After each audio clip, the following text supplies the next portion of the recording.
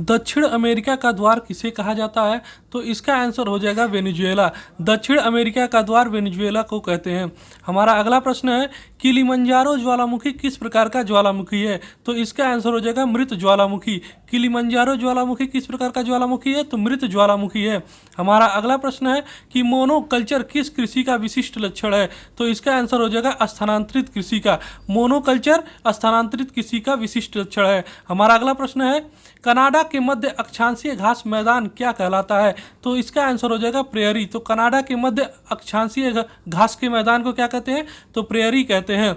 हमारा अगला प्रश्न हो जाएगा, विश्व की सबसे बड़ी झील कौन सी है? तो इसका आंसर हो जाएगा कैस्पियन सागर। तो विश्व की जो सबसे बड़ी झील है वो कौन सा है? कैस्पियन सागर है। हमारा अगला प्रश्न है, विश्व की सबसे बड़ी मीठे पानी की झील कौन सी है? तो इसका आंसर हो जाएगा सुपीरियर झील। तो दोस्तों, विश्व की सबसे बड़ी मीठे पानी की झील कौन सी है? सुपीरियर झील है। और भारत की सबसे मीठे पानी की झील वूलर झील है, जो कि जम्मू कश्मीर में स्थित है। हमारा अगला प्रश्न है, डॉल्फिन चैलेंजर कटक कहाँ और स्थित है? तो इसका आंसर हो जाएगा अटलांटिक। तो दोस्तों, डॉल्फिन चैलेंजर कटक कहाँ स्थित है? अटलांटिक में स्थित है। और दोस्तों, हमारे भारत में कटक कहाँ स्थित है? तो उड़ीसा में स्थित है। हमारा अगला प्रश्न है दोस्तों, काल गुरली एवं कुलगाड़ी किसके खनन के लिए प्रसिद्ध है? तो इसका आंसर हो जाएगा सोना। तो काल गुरली एवं कुलगाड़ी सोना खनन के लिए प्रसिद्ध है। हमारा अगला प्रश्न है, किस प्राकृतिक प्रदेश को शीत मरुस्थल कहा जाता है? तो इसका आंसर हो जाएगा टुंडा प्रदेश। तो टुंडा प्रदेश को शीत मरुस्थल कहा जाता है। हमारा अगला प्रश्न है, पृथ्वी का एकमात्र उपग्रह कौन सा है? तो इसका आंसर हो जाएगा चंद्रमा। तो पृथ्वी का एकमात्र उपग्रह कौन सा है? तो चंद्रमा है।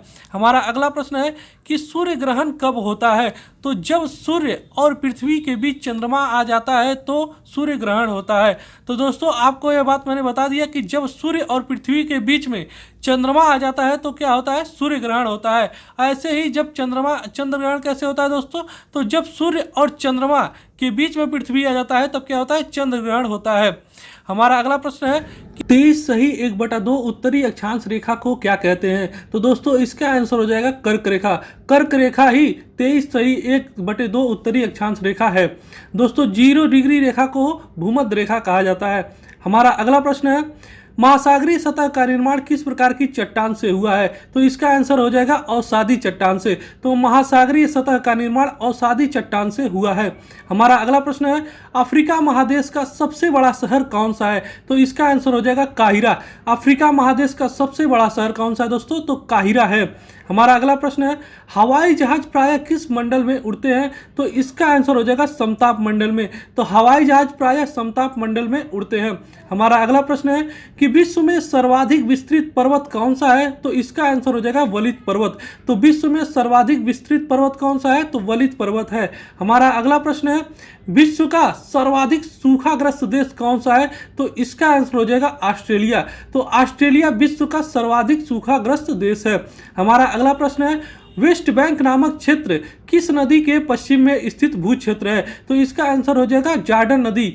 तो वेस्ट बैंक नामक क्षेत्र जॉर्डन नदी के पश्चिम में स्थित भू क्षेत्र है। हमारा अगला प्रश्न है, हवाई द्वीप की खोज किसने की थी? तो इसका आंसर हो जाएगा जेम्स कुक ने। हवाई द्वीप की खोज जेम्स कुक ने की थी। हमारा अगला प्रश्न है, सौर मंडल का सबसे चमकीला ग्रह कौन सा है? तो इसका आंसर हो जाएगा शुक्र। तो शुक्र दोस्तों सौर मंडल का सबसे चमकीला ग्रह है। हमारा अगला प्रश्न है, वायुमंडल के किस भाग में जलवाष्प की कुल मात्रा का 90% भाग पाया जाता है? तो इसका आंसर हो जाएगा क्षोभ मंडल। तो दोस्तों, वायुमंडल के क्षोभ मंडल में जलवाष्प की कुल मात्रा का 90% भाग पाया जाता है। हमारा अगला प्रश्न है, नदी के मुहावने पर यदि ज्वारी लहरों का प्रभाव हो तो डेल्टा का निर्माण न होकर किस आकृति का निर्माण हो जाता है? तो इसका आंसर हो जाएगा ज्वार नदमुख का। तो नदी के मुहाने पर यदि ज्वारी लहरों का प्रभाव हो तो डेल्टा का निर्माण न होकर ज्वार नदमुख का निर्माण हो जाता है। हमारा अगला प्रश्न है, किस सौरमंडल का जन्मदाता कहा जाता है? सॉरी दोस्तों, किसे सौरमंडल का जन्मदाता कहा जाता है? तो इसका राइट आंसर हो जाएगा सूर्य। तो सूर्य को दोस्तों सौरमंडल का जन्मदाता कहा जाता है। हमारा अगला प्रश्न है, डियागो गार्सिया द्वीप किस महासागर में स्थित है? तो इसका आंसर हो जाएगा हिंद महासागर में। तो हिंद महासागर में डियागो गार्सिया द्वीप स्थित है। हमारा अगला प्रश्न है, और यह इस सेशन का सबसे लास्ट, किस ग्रह को संध्या का तारा कहते हैं? तो इसका आंसर हो जाएगा शुक्र। शुक्र को दोस्तों संध्या का तारा कहते हैं। तो हमारा सेशन यहीं पे दोस्तों समाप्त होता है। मिलते हैं आपसे नेक्स्ट वीडियो में, तब तक बने रहिए और हमारे चैनल पे आप जाइए, वहाँ पे इस ऐसे ही ढेर सारी प्लेलिस्ट बनी है वहाँ, जो कि आपके एग्जाम के लिए बहुत ही महत्वपूर्ण साबित होंगी। तो मिलते हैं आपसे दोस्तों नेक्स्ट वीडियो में, तब तक के लिए धन्यवाद। जय हिंद साथी।